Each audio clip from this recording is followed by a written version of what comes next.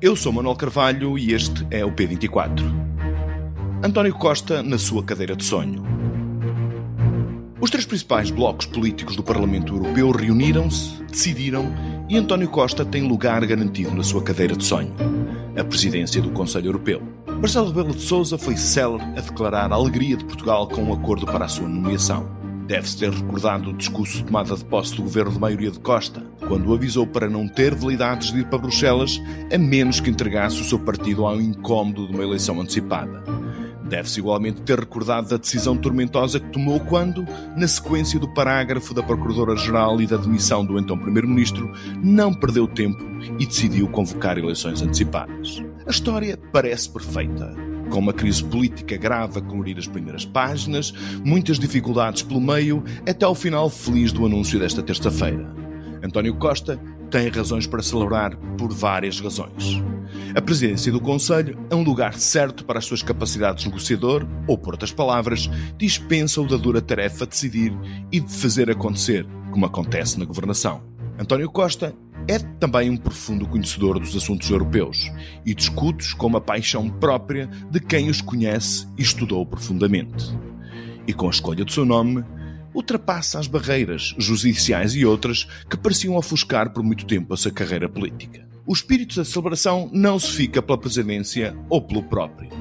O governo tem razões também para festejar porque evitou o espírito de seita que contamina a política contemporânea e optou pelo prestígio internacional do país. O PS tem também razões para fazer a festa. Tem um seu, não é altos cargos da União Europeia. E ninguém perde na escolha. Sim, perde o Chega, perde Viktor Orbán e perdem, afinal, todos os que fazem fé na destruição do espaço de consenso entre as fileiras do Partido Popular Europeu, dos socialistas e dos liberais. As forças que têm mantido a Europa colada. E agora? O que espera Costa? Que resistências vai defrontar? O que ganha a União e Portugal com a sua escolha? Temas para abordarmos com Rita Cisa, jornalista, correspondente do Público em Bruxelas, que acompanhou par e passo todo o processo negocial que nos trouxe até aqui. Hoje é quarta-feira, dia 25 de junho de 2024, e este é o P24. Olá, Rita Cisa. A quase garantida indicação de António Costa para presidente do Conselho Europeu é consequência de uma negociação política. Mas até que ponto o desempenho do ex-primeiro-ministro nos últimos anos nos corredores de Bruxelas lhe facilitou a vida? Eu diria que facilitou na medida em que é esse histórico que lhe abre a porta à nomeação. É um facto que no campo dos socialistas europeus que desta vez decidiram que não iriam abrir mão de ocupar o único cargo de topo das instituições europeias que nunca tiveram, que é o Conselho Europeu, não havia grandes hipóteses. Eles têm uma presença menor à mesa do Conselho Europeu do que tiveram em anos anteriores, e nomeadamente em 2019, quando António Costa foi convidado pela primeira vez.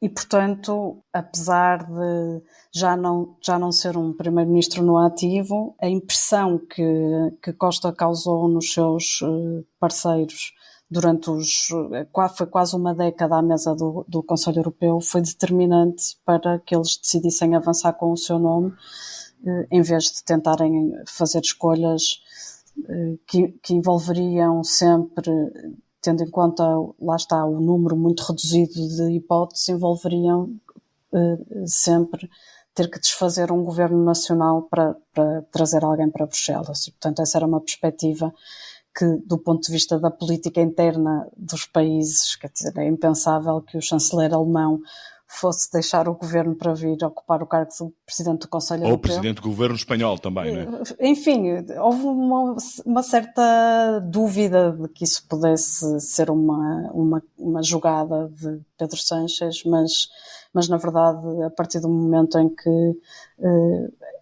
que os europeus votaram e em que os resultados perceberam em função dos resultados se percebeu que havia uma solução estável e uma maioria para aprovar essa solução estável, esse cenário desapareceu. Quais são as principais exigências do cargo de Presidente do Conselho? E já agora, de passagem, na tua opinião, António Costa tem o perfil para acomodar essas exigências? Quando quando se quer menorizar a importância política do cargo de Presidente do Conselho Europeu, costuma dizer-se que a única coisa que tem que fazer é organizar uma reunião de 3 em 3 meses.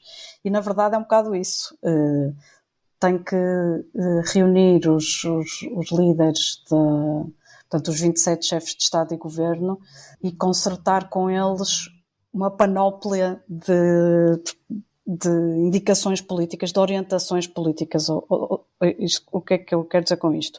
O Conselho Europeu é o único órgão exclusivamente político da União Europeia. E portanto, o Presidente do Conselho Europeu o que é que faz? Organiza as ditas cujas reuniões, está em contacto permanente com os chefes de Estado e Governo para determinar que orientações políticas são essas, tanto para a produção de legislação, que depois é entregue à Comissão Europeia e depois passa, portanto, todo o processo legislativo pelo Parlamento Europeu, como também em termos da representação da União Europeia no mundo. E existe, portanto, fundamentalmente capacidade de negociação e de articulação de compromissos. Exige, sobretudo, um faro político muito apurado. Exige, sim, hoje, ao falar com algumas fontes, houve alguém que me disse que o ex-primeiro-ministro português era a pessoa certa para o cargo porque tinha demonstrado uma capacidade infinita de negociação, tanto em Portugal como na mesa do Conselho Europeu. Existe, de facto, um faro político para perceber onde é que estão os equilíbrios, onde é que se pode alcançar o consenso, porque a maioria das decisões que são tomadas no Conselho Europeu são decisões por unanimidade, portanto exigem esse consenso, e exigem também um conhecimento que António Costa revelou possuir de todo o contexto nacional que leva a que os chefes de Estado e Governo se apresentem em Bruxelas com determinadas posições.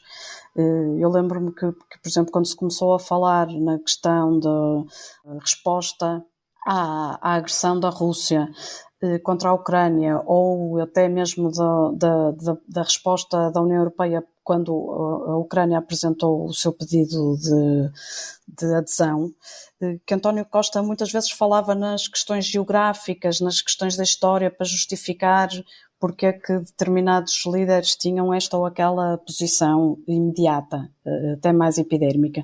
Portanto, eu acho que o conhecimento que ele tem, a experiência política que ele tem e até a sua própria personalidade, o seu caráter, porque ele dá-se de facto muito bem com todas as pessoas que estão àquela mesa, embora ele já vai encontrar caras novas quando assumir o cargo e vai encontrar um cenário político bastante diferente daquele em que ele trabalhou enquanto esteve no Conselho Europeu.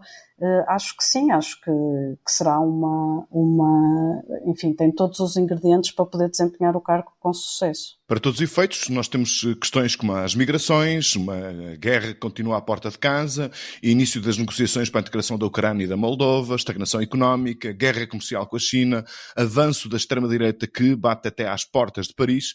A agenda europeia não está nada fácil para o próximo Presidente do Conselho. Não, nem para a próxima Presidente da Comissão Europeia, nem para a tal super maioria pró-europeísta, pró-integração da União Europeia no Parlamento Europeu. Enfim, é o resultado dos votos expressos em urnas, é um pouco a tendência que se está a ver no resto do mundo e pronto, de facto torna a missão do próximo Presidente Europeu de tentar encontrar aqui a base mínima de entendimento a 27 mais difícil, mas creio que não impossível, até porque o facto de os negociadores terem fechado este acordo antes do próprio Conselho Europeu começar prova que há uma consciência muito clara por parte das lideranças europeias de que o momento não está para hesitações nem para divisões. Portanto, isto, acima de tudo, mostra que os líderes da União Europeia não querem acrescentar crises políticas da sua própria geração àquelas crises que já lhes são oferecidas ou de fora ou pelo eleitorado. E internamente, para lá da crítica de Viktor Orbán à escolha dos, entre aspas, esquerdistas e liberais, sabe-se, por exemplo, também que Giorgia Meloni ficou pouco satisfeita por não ter sido auscultada nas escolhas. Receias que o ambiente no Conselho se agrave com estes preliminares, com estes incidentes, ou faz tudo parte do jogo? Não, faz tudo parte do jogo. Havia uma famosa frase também que diz dos líderes chegam a Bruxelas, que diz que os líderes chegam a Bruxelas, cada um faz o seu pequeno drama e depois no fim toda a gente tem aquilo que quer. Na verdade, este acordo significa que estas 3 famílias políticas representam 23 dos 27 votos no Conselho Europeu. Portanto, há um acordo muito generalizado. É verdade também que o primeiro-ministro húngaro, a semana passada, disse que se opunha, mas só se opõe a von der Leyen. Ele disse que votaria de cruz o nome de António Costa e o nome da primeira-ministra da Estónia, Kaja Kallas. Portanto, há aqui uma posição que é óbvia da Hungria, não é nova. Apesar de em 2019 Viktor Orbán ter votado a favor de Ursula von der Leyen, e que tem a ver com o facto de a Hungria estar, fica uma quantidade de fundos retidos pela Comissão Europeia por causa do seu desafio constante às regras do Estado de Direito. Portanto, era de esperar. Em relação a Giorgia Meloni, de facto ela não gostou na semana passada de ter ficado de fora das negociações, mas também não é inesperado, não é? Porque desde antes, ou durante a fase da campanha eleitoral, foi muito claro que havia uma linha vermelha, que a linha vermelha chegava até Giorgia Meloni, por muito que Ursula von der Leyen se tenha tentado desfazer dessa linha vermelha. E, enfim, este acordo o que diz é que qualquer negociação que a Presidente da Comissão Europeia queira fazer para garantir, por exemplo, que terá os votos dos eurodeputados do partido da Primeira-Ministra italiana no Parlamento Europeu, é uma negociação que tem a ver com o programa de trabalho da Comissão Europeia e não com o programa eleitoral dos irmãos de Itália. Portanto, penso que, enfim, o pacote está fechado, já não há nada que o vá pôr em causa.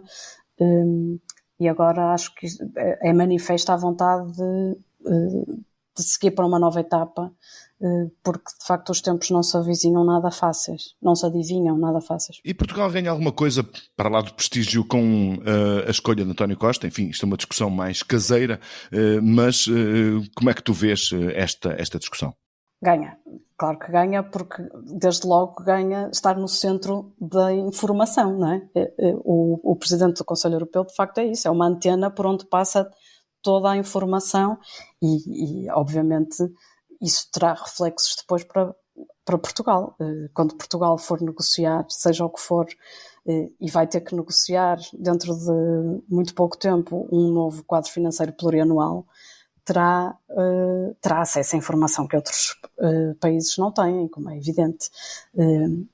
E pronto, e há de facto um prestígio político para o país que, na sua dimensão média a nível europeu, consegue colocar nacionais em destacadíssimos cargos de liderança em instituições internacionais. Acho que isso também é inegável. Muito bem, Rita Cisa, muito obrigado. Sempre às ordens.